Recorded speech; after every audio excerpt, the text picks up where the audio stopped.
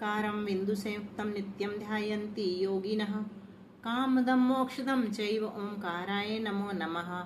अविरल शब्द घनोगा प्रक्षालित सकल भूतल मलकलंका मुनिभिरूपासित तीर्था सरस्वती हरतु नो दुरितान् अज्ञानतिमिरान्धानां ज्ञानाञ्जन शलाकया चक्षुरुन्मीलितं येन तस्मै श्रीगुरवे नमः। श्री परम गुरवे नमः। परम्पराचार्य गुरवे नमः।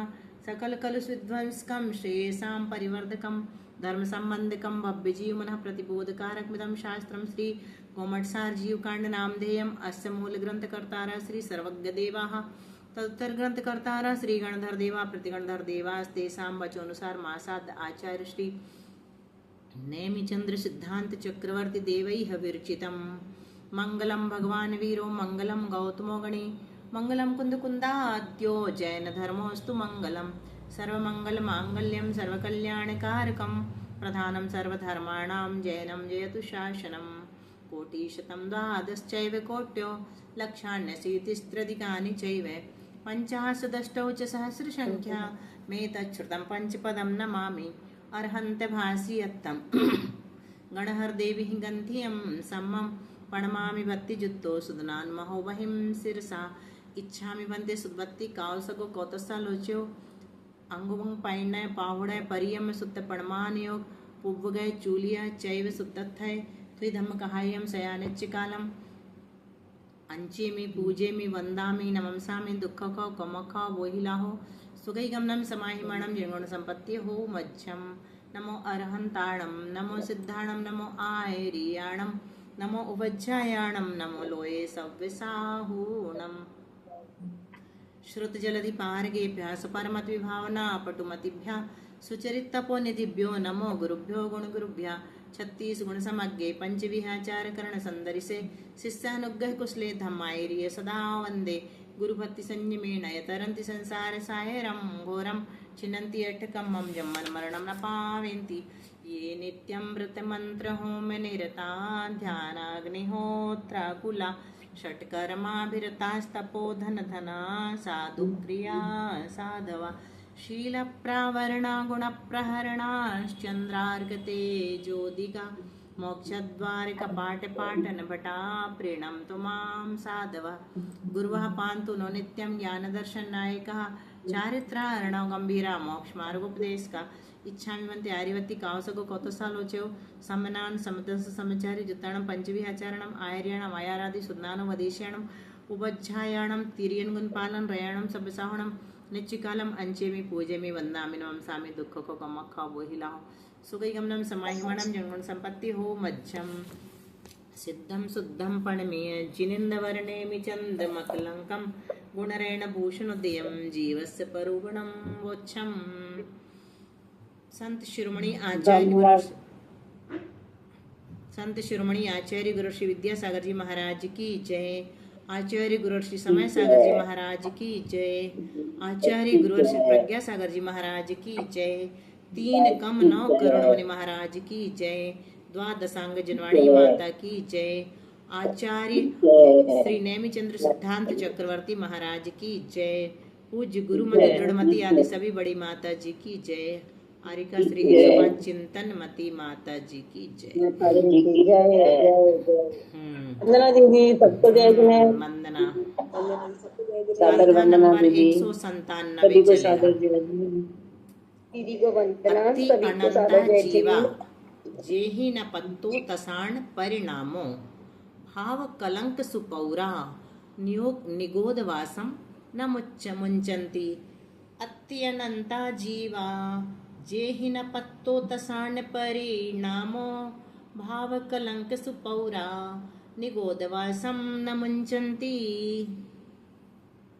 अत्यनंता जीवा जेहिं न पत्तो तसा न परिणामो भाव कलंक सुपौरा निगोदवासम न मुंचन्ति। सादर प्रणाम वंदना दीदी।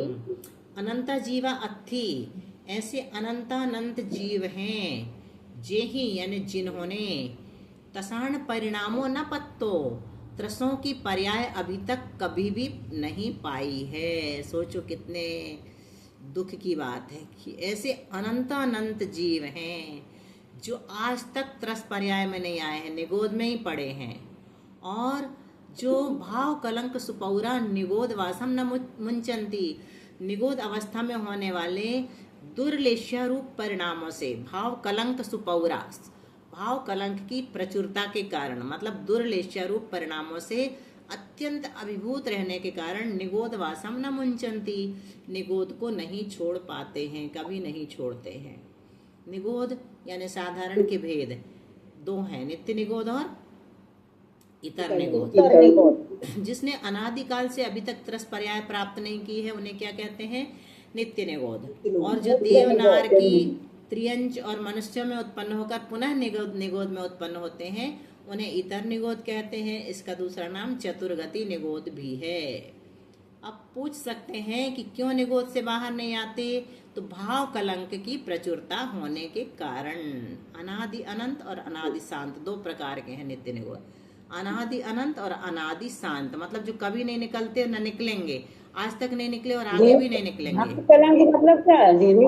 भाव कलंक, भाव यानी परिणाम, भाव कलंक, कलंक यानी मैले, मट मैले, गंदे परिणाम, लेश्य रूप परिणाम, दुष्परिणाम, काले काले परिणाम। दुष्परिणाम, हाँ, दुष्परिणाम उसी को कहा ना, बुरे खोटे परिणाम, अत्यंत बुरे परिणाम,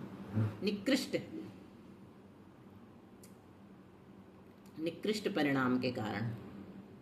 तो दो प्रकार के नित्य निगोद हैं। नित्य निगोद भी दो प्रकार के हैं। कौन कौन से? अनादि अनंत हैं। अनादि अनंत मतलब वो हैं जो अनादि काल से निगोद में ही पड़े हैं और अनंत काल तक पड़े रहेंगे। और अनादि शांत कौन से नित्य निगोद हैं? जो अनादि काल से तो पड़े हैं लेकिन 6 महीने और 8 समय में जो 608 जीव निकलते हैं उसमें वो भी निकल करके बाहर आ जाते हैं, उनका शांत हो जाता, अंत से सहित है। क्या नित्य निगोद से जीव कभी निकलते ही नहीं है? नहीं, 6 महीना 8 समय में 608 जीव नित्य निगोद से निकलकर अन्य पर्यायों को प्राप्त करते हैं। भाव कलंक की अल्पता होने के कारण, जब भाव कलंक प्रचुर रहता है तो नहीं निकलते, वहीं पड़े रहते। प्रचुर यानी बहुत तीव्र, और जब परिणाम में मंदता आती है तो निकल आते हैं। भाव कलंक की अल्पता यानी मंदता होने के कारण निकल आते हैं। दीदी जो उन्होंने भेद बताया अनादि अनंत, उसको अपन अभव्य जीव समझ ले? नहीं, अभव्य नहीं है, उनमें भव्य भी हैं, दोनों प्रकार के हैं। जी, अभव्य तो बहुत कम होते हैं, ये तो अनंतानंत हैं। अभव्य इतने नहीं होते, अभव्य बहुत कम होते हैं। और निगोदिया जीव बहुत जीवन मरण ही होता रहता है, परिणाम कहाँ कर पाते होंगे? हाँ, मेरा भी यही प्रश्न था कि इतने कम समय में कैसे परिणाम में अल्प मंदता आती होगी। तो जीवन थोड़ी चाहिए परिणामों के लिए, आत्मा में होते हैं परिणाम। तो जन्म मरण के समय और तीव्र मंद हो जाते हैं। आत्मा तो अजर ध्रुव है ना। विहिति ही चहुहि पंचहि सहिया जे इंदिये ही लोयम ही ते तस्काया जीवा नेया वीरोप देशेण। फिर भी उनकी आयु कितनी है निगोदिया जीवों की? कितनी है उत्कृष्ट आयु? 118 अंतर्मूर्त आयु है। 24 सेकंड। उत्कृष्ट उसको अंतर्मूर्त कहते हैं। तो अंतर्मूर्त तो बहुत बड़ा समय होता है ना, उसी में वो आयु वंद भी होता है उनका 2/3 काल बीतने के बाद। लब्ध्य पर्याप्तक जीवों का भी, इसमें तो दोनों प्रकार के हैं, पर्याप्तक और अपर्याप्तक। पर्याप्तक जीवों की आयु अंतर्मुहूर्त है। विहिति ही चहुहि पंचहि सहिया जे इंदिये ही लोयम ही ते तस्काया जीवा नेया वीरोवदेशेण। पारुल अनम्यूट करो।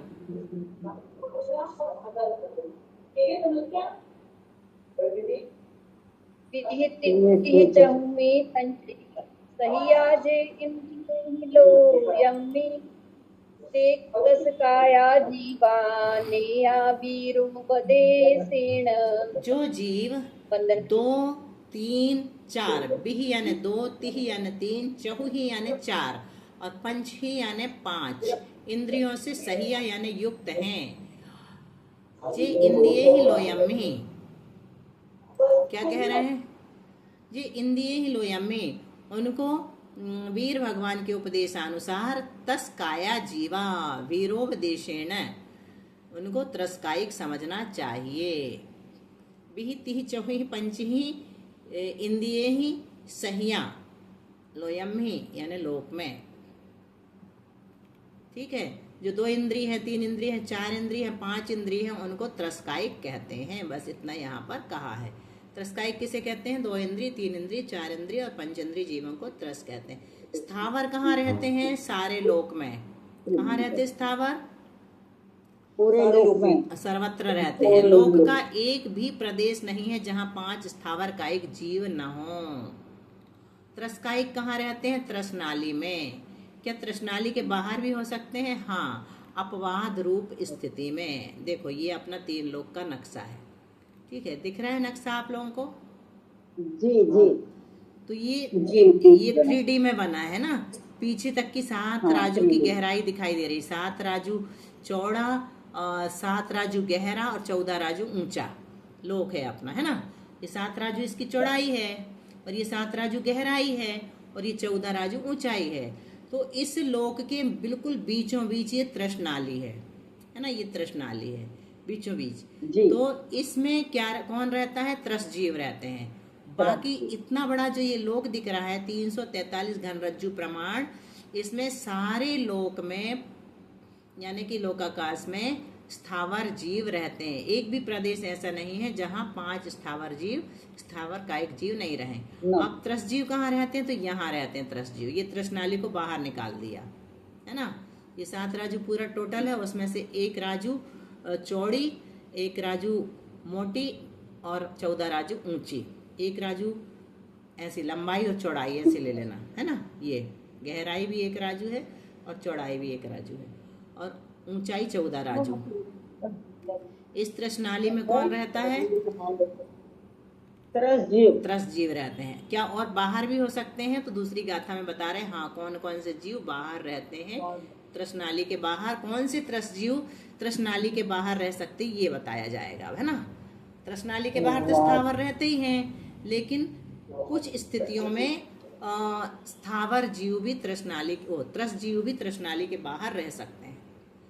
उपवाद मारणंत्य परिणद तस मुज्जि ऊण शेष तसा तस नाली बाहिरम्भिय नत्तित्ति जिनेहि निदिठम।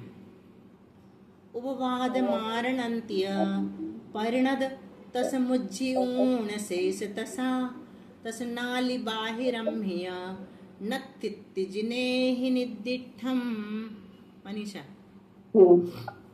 उपवादमारणन्त्य परिणद तस मुच्छि ऊढसे तसा तसणालिबाहिरम्य रत्तित्तिचिणेहिडिदिठम्। वंदना दीदी। उपवाद, हाँ, उपवाद मतलब उपपाद जन्म वाले और मारणंतीय मतलब मारणांतिक समुद्घात वाले त्रस जीवों को छोड़कर, मुज्जीऊन यानी छोड़कर बाकी के त्रस जीव तृष्णाली के बाहर नहीं रहते।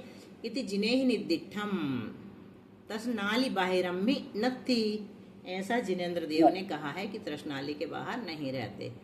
अब इसमें क्या क्या बताया? त्रस्कायिक के तृष्णाली के बाहर पाए जाने के अपवाद के समय, उपवाद के समय, मारणांतिक समुद्घात के समय और केवली समुद्घात के समय, 3 स्थितियों में तृष्णाली के बाहर पाए जाते हैं। उपवाद के समय कैसे? देखो ये उदाहरण दे रहे हैं। तृष्णाली के बाहर स्थित कोई जीव, ये तृष्णाली है, ये दिख रही तृष्णाली नीले वाले कलर की, इसके बाहर ये पैरेट ग्रीन कलर जो है ये तृष्णाली के बाहर का एरिया है। ठीक है, तो यहाँ बाहर में तो स्थावर जीव रह सकते हैं और अंदर तो रहते हैं ना। पूरे लोक में स्थावर जीव रह सकते हैं। तो कोई जीव यहाँ पर है, कौन सा जीव? एकेंद्रीय जीव, स्थावर जीव। ठीक है, तृष्णाली के बाहर स्थित कोई एकेंद्रीय जीव क्या करता है? त्रस पर्याय का उसने बंद किया। ठीक है, अब बंद किया तो मरण करके वहीं जाएगा। तब मरण करके प्रथम समय में तृष्णाली के बाहर है, पहले समय में कहाँ है? तृष्णाली के बाहर है, है ना। परंतु क्या है?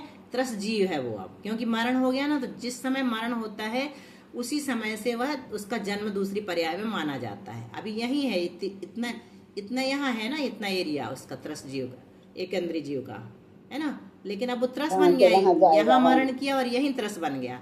जहाँ मरण होता है वहीं पर, जैसे यहाँ पर किसी जीव का मरण हुआ और उसका तुरंत देवायु का उदय आ जाता, तो वो यहीं पर यानी विग्रह गति में भी उसका देवायु का उदय प्रारंभ हो जाता, देव गति का। ठीक है, तो क्या होगा, एक केंद्रीय जीव यहाँ से मरण करता है और यहीं से वो त्रस कहलाने लगता, क्योंकि ये पर्याय छूट गई ना, यहीं छूट गई एक केंद्रीय की, जहाँ ये बिंदु बना ना यहीं छूट गई। तो अब यहाँ से क्या कहलाएगा, वो त्रस कहलाएगा।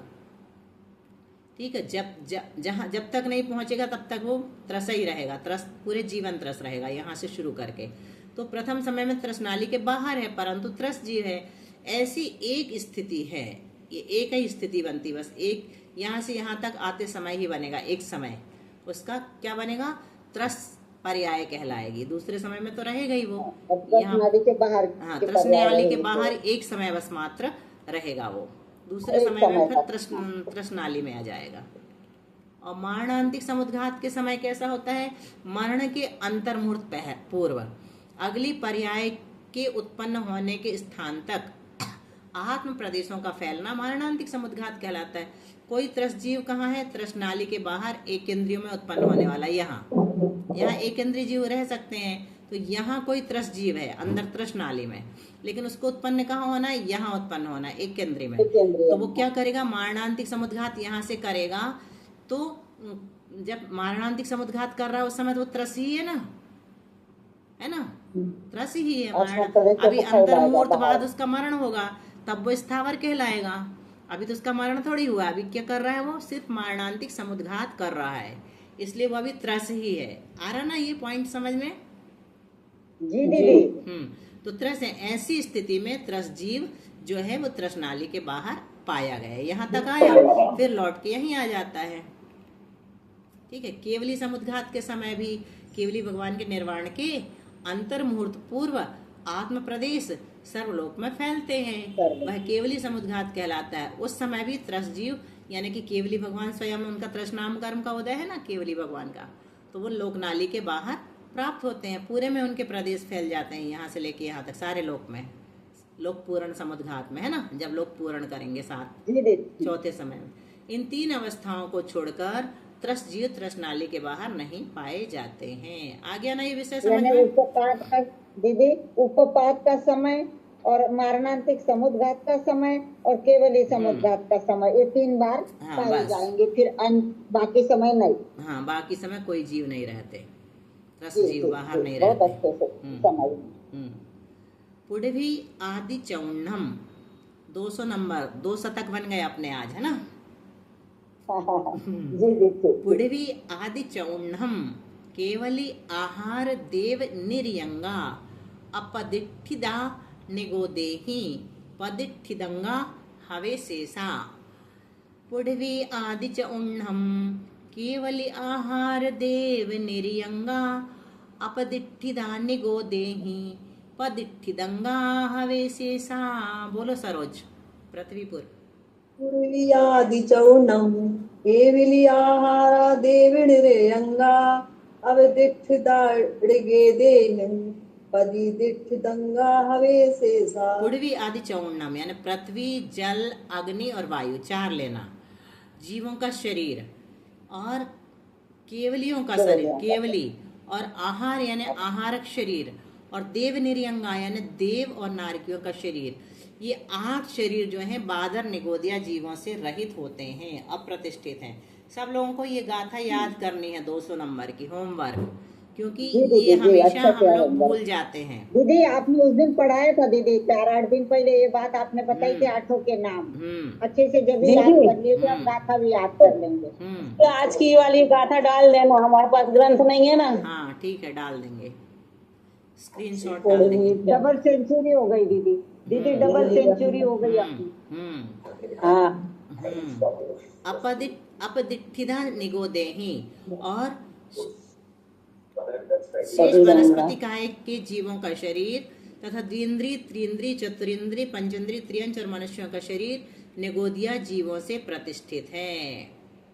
बाकी शेषा पदिठिदंगा प्रतिष्ठित है, इतने सब अप्रतिष्ठित हैं और बाकी सब प्रतिष्ठित हैं। शेष वनस्पति कायिक जीवों का शरीर तथा 2 इंद्रिय, 3 इंद्रिय, 4 इंद्रिय, 5 इंद्रिय, त्रियंच और मनुष्यों का शरीर निगोदिया जीवों से, निगोदेही यानी निगोदिया जीवों से पदिष्ठिदंगा प्रतिष्ठित शरीर वाले हैं।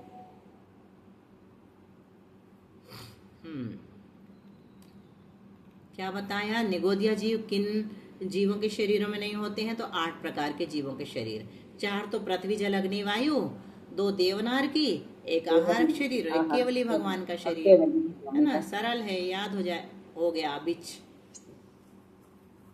उसी दिन याद करवा दिया था ना आपने। बोलो। पृथ्वी जल अग्नि वायु, आहारक शरीर, देवनारकियों का शरीर और केवलियों का शरीर। ठीक है। अब चलो गाथा नंबर 201। किरण दीदी आपको पढ़ना है। मसूरम्बु, यहाँ पर बिंदु दू छूट गया है, इस बिन के बाद दू और आएगा। मसूरम्बु, बिंदु, सुई, कला, वधय, सन्निहो, हवे देहो, पुढ़वी आदि चौण्णम, तरुतस्काया अणेय विहा। मसूरम्बु, बिंदु, सुई, काला, वधय, सन्निहो, हवे देहो, पुढ़वी आदि चौण्णम, तरुतस्काया अणेय विहा। बोलो किरण। मंसूर कलाय वधि सन्निहो हवे देहो, पुढ़वी आदि चौण्णम, तरुतस्काया अणेय विहा। क्या कह रहे हैं? मसूरम्बु, मसूर और अम्बु यानी जल की बिंदु। मसूर से मसूर लेना और अम्बु से जल की बूंद, और बिंदु बिंदु अम्बु बिंदु यहाँ तक लेना, दू छोटा है ना, तो मसूर अम्बु बिंदु, सुई यानी सुइयों का समूह है, कलाव यानी समूह है, और धय यानी ध्वजा, इनके सन्निहो सदृश, हवे देहो देह होती है किसकी? पुढ़वी आदि चौण्णम, पृथ्वी आदि 4 कायिक जीवों की। पृथ्वी कायिक, जल कायिक, तेज कायिक और वायु कायिक जीवों का शरीर होता है।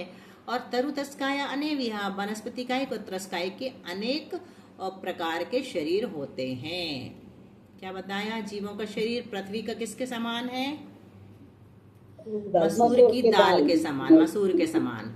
और जल का शरीर, जल कायिक जीवों का शरीर किसके समान है? अच्छा ये बताओ कि ये कितना, मसूर की दाल जितनी बड़ी होती उतना बड़ा होगा क्या पृथ्वी कायिक का शरीर? थोड़ा भी बड़ा हो सकता है ना दीदी? क्या? कितना भी बड़ा हो सकता है, पर मसूर की दाल का आकार रहेगा, है ना? नहीं ऐसा नहीं है। आपके अंदर बिंदु होती नहीं, अपन ने 64 अवगाहन में पढ़ के आए हैं कितना बड़ा होता है। प्रत्येक वनस्पति से पहले के सारे जीवों का शरीर घनांगुल के असंख्यातवें भाग प्रमाण होता है। और घनांगुल का असंख्यातवां भाग आप सोचो बहुत ही छोटा होता है, वो अपन को दिख नहीं सकता। तो ये जो अपने को दिखते हैं ना पृथ्वी, ये असंख्यात जीवों का शरीर है, चाहे छोटा सा कण भी क्यों ना हो। पृथ्वी का छोटा सा कण भी जो अपने को दिखाई दे रहा है ना पृथ्वी का, वो भी असंख्यात पृथ्वी का एक जीवों का शरीर होता है। ऐसी जल की बिंदु जो है, एक बूंद जो है, वो जल का एक जीव का शरीर नहीं है, उतना बड़ा नहीं है, बल्कि उसमें असंख्यात जल का एक जीव जब मिल जाते हैं तब एक बूंद अपन को दिखाई पड़ती है। ऐसी अग्नि का लगाना, अग्नि का आकार कैसा है? तो सुई कैसी होती? लंबी होती है और चौड़ी होती है। तो ऐसी असंख्यात अग्नि का एक जीवों का जब समूह होता है तब अपने को वो अग्नि दिखाई पड़ती है, थोड़ी छोटी सी भी, जरा सी चिंगारी भी। एक चिंगारी में भी असंख्यात अग्नि का एक जीवों का शरीर है। और वायु का आकार कैसा होता है? लंबा और चौड़ा होता है। वायु का आकार, ध्वजा का आकार कैसा होता है? ऐसा लंबा चौड़ा होता है ना, चौड़ी होती है और लंबी होती है। ऐसे वायु का एक जीवों का शरीर है। तो ऐसे जब जो वायु का एक अपन को दिखते हैं, महसूस होते हैं, वो असंख्यात वायु का एक जीवों का शरीर होता है। इसी प्रकार वनस्पति का भी अनेक प्रकार का आकार होता है, त्रस का अनेक प्रकार का आकार, ये दिख रहा है, लिखा तो है। पृथ्वी जल आदि का जो शरीर दिखता है वह अनेक जीवों के शरीरों का समूह रूप है। ठीक है, हो गया क्लियर? एक बार स्क्रीन हटा के एक बार आप पूछ लीजिए आकार, ये दिखाओ नहीं और पूछो। बोलो। हाँ ठीक। हाँ, पृथ्वी का मसूर की दाल के समान, पृथ्वी जल का जल की बिंदु, पृथ्वी जल अग्नि का सुइयों के समूह, और वायु कलाई का ध्वजा के समान, है ना। और फिर त्रस और तरु, इनके अनेक प्रकार। बहुत अच्छा, ठीक है। अब चलो जीव कैसे, जीव की स्थिति बताते हैं अब आगे। चंदन वाला जी आप पढ़िएगा हमारे बाद। जह भार वहो पुरिसो वहई भरम गेहि ऊण कावलियम एमेव वहई जीवो कम भरम काय कावलियम। बोलो। जह भर वहो पुरिसो वहई भरम गेहि ऊण कावलियम एमेव वहई जीवो कम भरम काय कावलियम। जिस प्रकार, जह यानी जिस प्रकार, भार वहो पुरुषो यानी कोई भारवाही पुरुष, भारवाही पुरुष यानी भार ढोने वाला व्यक्ति, कावलियम यानी कावटिका के द्वारा, कावटिका यानी कावड़ी, जिसमें से कौन अपने माता पिता को लेके जा रहा था तीर्थ यात्रा कराने, क्या नाम था उनका, कोई बताएगा? श्रवण कुमार। कोई कांवर, उसी को कांवर बोलते हैं, है ना, उसी को कांवर बोलते हैं। तो जिस प्रकार कोई भारवाही पुरुष कावटिया के द्वारा भार का वहन करता है, उसी प्रकार यह जीव काय रूपी कावटिया के द्वारा, एमेव वह जीवो, उसी प्रकार यह जीव, एमेव यानी उसी प्रकार, जीवो यानी यह जीव, कम भरम काय रूपी, काय कावलियम यानी काय रूपी कांवर के द्वारा, कावटिका के द्वारा क्या करता है, कम भरम कर्म रूपी भार का वहन करता है, भार को ढोता है। संसारी जीवों की काय का दृष्टांत, जैसे कोई पुरुष कावड़िया के द्वारा भार वहन करता है, वैसे संसारी जीव औदारिक आदि काय के द्वारा कर्म रूप भार वहन करता है। तो फिर मुक्ति का उपाय क्या है? वही पुरुष कावड़िया के भार को गिराकर अपने इष्ट स्थान में उस भार जनित दुख के चले जाने से सुखी होकर रहता है। वैसे कोई भव्य जीव शरीर रूपी कावड़िया में भरे कर्म रूपी भार को छोड़कर लोक के अग्रभाग में कर्म भार जनित अनेक दुखों के चले जाने से सुखी होकर रहता है। चलो अब सुमन दीदी आपकी बारी है, आप पढ़ना, ध्यान से सुनना। जह कंचन मग्गी गयम मुंचई किट्टेण कालियाए य तह काय बंध मुक्का अकाइया झाण जोगेण। जह कंचन मग्गी गयम मुंचई किट्टेण कालियाय तह काय बंध मुक्का अकाइया झाण जोगेण। बोलो, अनम्यूट करो। कौन सा चंदन वाला? हाँ, सुमन दीदी से 203 नंबर। अच्छा। हाँ, आप बोलो। हाँ, जय कंचन मग्गा मुच्चई किंटेन कालिया तह काय बंध सुक्का अकाइया झाण जोगेण। मुक्का, जिस प्रकार मलिन भी स्वर्ण अग्नि के द्वारा सुसंस्कृत होकर बाह्य और अभ्यंतर दोनों ही प्रकार के मल से रहित हो जाता है। जह कंचन यानी सोना, मग्गी गयम मग्गी गयम यानी अग्नि के द्वारा, अग्निगत, अग्नि निकलेगा, कंचनम अग्नि गयम। तो अग्नि के द्वारा सुसंस्कृत होकर क्या करता है, किट्टी कालिया है, किट्ट और कालिमा से वो छोड़ देता है। बाहरी जो मैल होता है उसको कालिमा कहते हैं, और अंतरंग जो मैल होता है उसको किट्ट कहते हैं। तो किट्ट और कालिमा यानी बहिरंग और अभ्यंतर दोनों प्रकार के मैल से रहित हो जाता है। तह काय बंध मुक्का, उसी प्रकार झाण जोगे ने, ध्यान के द्वारा यह जीव भी शरीर और कर्मबंध दोनों से रहित होकर अकाय हो जाता है, सिद्ध हो जाता है। सिद्ध का वर्णन आया, मतलब मारना समाप्त होने वाली है। क्या बता रहे हैं? जैसे लोक में मल से सहित सोना अग्नि के द्वारा तपाए जाने पर अंतरंग पारा आदि भावना से संस्कार युक्त और बहिरंग प्रज्वलित अग्नि में जलकर बाह्यमल को किट्टिका कहते हैं, इसको बाह्यमल को कहते हैं, और अंतरंग मल को कालिमा कहते हैं। श्वेत आदि रूप अन्य वर्ण से रहित शुद्ध हो जाता है। वैसे जो निकट भव्य जीव है वो क्या करता है, ध्यान के द्वारा अंतरंग धर्म और शुक्ल ध्यान की भावना से संस्कृत हो जाता है, और बहिरंग तप रूपी अग्नि विशेष से क्या करता है, बाह्यमल यानी शरीर ये बाह्यमल है अपना, और अंतरंग मल कर्म है, इनसे सर्वथा रहित होने पर शुद्ध हो जाता है। अब यहाँ पर गणित शुरू होगी। लास्ट में संख्या बताते हैं। अब संख्या बताएंगे कि कौन से जीव कितने हैं। अब बहुत पढ़ लिया आप लोगों ने सरल, अब चलो थोड़ा कठिन की ओर, है ना। चलो गाथा कठिन को भी नंबर, आप सरल बना देते हो। हाँ, कठिन को भी आप सरल बना देते हो। कोशिश तो यही रहेगी। अब और कौन बोलेगा, शिक्षा जी तो हैं लेकिन वो उनकी आवाज नहीं आती। कविता पढ़ेगी। दीदी सुबह डिस्टर्ब होता है लोगों को, इसलिए मैं चुप रहती हूँ। अच्छा ठीक है। हाँ तो मैंने सोचा हाँ कोई बात नहीं, आप भी पढ़िए एक आध बार।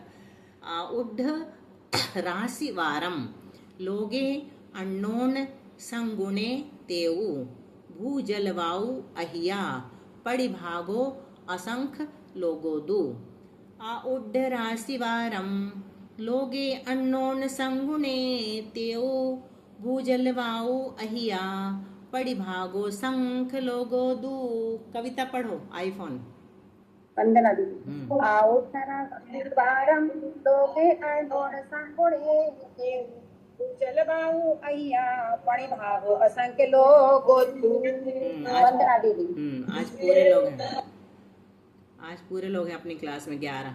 शलाका त्रय निष्ठापन की विधि से लोक का 3.5 बार परस्पर गुणा करने से तेजस्कायिक जीवों का प्रमाण निकलता है। सबसे पहले तेजस्कायिक जीवों का प्रमाण निकाला। क्यों निकाला?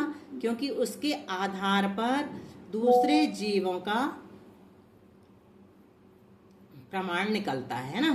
तो एक का निकालते हैं, जैसे ज्योतिषी देव का सबसे अधिक था तो सबसे लास्ट में बताया था। तो एक से कुछ गुणे दूसरे होते हैं, तो वो जिसके माध्यम से पहला प्रतिभागहार बन जाता है उसको पहले निकाल करके रख देते हैं। तो ये शलाका त्रय निष्ठापन की एक विधि है। ये जब हम लोग, ये थोड़ी टफ है, इसको अलग से पढ़ाएंगे, है ना। 3 बार करना पड़ता है विरलंदे आदि।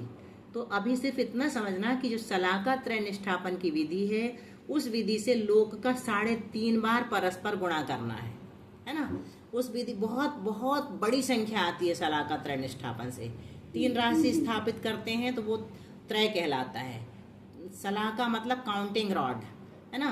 तो उसके माध्यम से जो निकलती है संख्या वो निष्ठापन कहलाती है। तो शलाका त्रय निष्ठापन की विधि से लोक का हमें क्या करना है, लोक मतलब असंख्यात प्रदेश, उसका हमें 3.5 बार परस्पर गुणा करना है, तब तेजस्कायिक जीवों का प्रमाण निकलता है। उड्ढ राशि वारम लोगे अण्णोन संगुणे तेऊ। लोक का औड राशि वारम यानी 3.5 बार परस्पर गुणा करने से क्या कहा, तेऊ यानी तेजस्कायिक जीवों का प्रमाण निकलता है। भूजल वायु अहिया पृथ्वी जल वायु कायिक जीवों का उत्तरोत्तर तेजस्कायिक जीवों की अपेक्षा अहिया यानी अधिक प्रमाण होता है। अब समझ में आ गया। उससे अधिक पृथ्वी कायिक, ये बताने के लिए पहले तेजस्कायिक को निकाल दिया, है ना। अगर इनको नहीं निकालते तो अपन ऐसा नहीं कह सकते कि तेजस्कायिक से कुछ अधिक पृथ्वी कायिक है, पृथ्वी कायिक से कुछ अधिक जल कायिक है, जल कायिक से कुछ अधिक वायु कायिक है। ऐसा हम नहीं कह सकते, क्योंकि अपने को तेजस्कायिक ही नहीं पता था, तो ऐसा कैसे कहते। तो पृथ्वी जल वायु कायिक जीवों का उत्तरोत्तर तेजस्कायिक जीवों की अपेक्षा अधिक प्रमाण है। इस अधिकता के प्रतिभाग हार का प्रमाण असंख्यात लोग है। कितना अधिक है और पृथ्वीकायिक जीवों का प्रमाण तेजस्कायिक से, तो असंख्यात लोग अधिक है। अधिक लगाना, गुणित नहीं है ना। असंख्यात लोग अधिक है। पृथ्वी से जलकायिक कितना अधिक है, तो असंख्यात लोग अधिक है, ऐसा। अब देखो, लोक का 3.5 बार परस्पर गुणा करने पर तेजस्कायिक जीवों का प्रमाण निकलता है। लोक का 3.5 बार परस्पर गुणा करने पर, सीधा बता दिया यहाँ पर। लोक का मतलब असंख्यात प्रदेशी जो लोक है उसका, 3 मतलब लोक के जितने प्रदेश हैं उतने बड़े असंख्यात का, ऐसा समझा करो। लोक का मतलब लोक में जितने प्रदेश हैं उतने बड़े असंख्यात का 3 बार परस्पर में गुणा करने पर तेजस्कायिक जीवों का प्रमाण निकलता है। इस राशि को निकाल 3.5 बार, 3.5 बार। हाँ 3.5 नहीं, यहाँ 3 बार ले रहे हैं, हाँ 3.5 बार ले रहे हैं, लेकिन ये दूसरी चीज आगे जाके बता रहे हैं। क्या कह रहे हैं? इस राशि को निकालने के लिए लोक का शलाका त्रय निष्ठापन करना है। मतलब ये अकेला निकालेंगे ना अपन, लोक का 3.5 बार गुणा करेंगे तो बहुत कम आएगा, ज्यादा नहीं आएगा। लेकिन शलाका त्रय निष्ठा कल हम कोशिश करेंगे, कल ही समझा देंगे आपको शलाका त्रय निष्ठापन है। तो शलाका त्रय निष्ठापन से जब हम इसको निकालेंगे तो ये बहुत बहुत बहुत ज्यादा बड़ी राशि हो जाएगी। यहाँ थोड़ा बता रहे हैं शायद 3 राशियां स्थापित करने, विरलन, देय और शलाका, है ना, यही बताई थी ना अभी हमने, विरलन, देय, शलाका 3 राशि स्थापित करना है।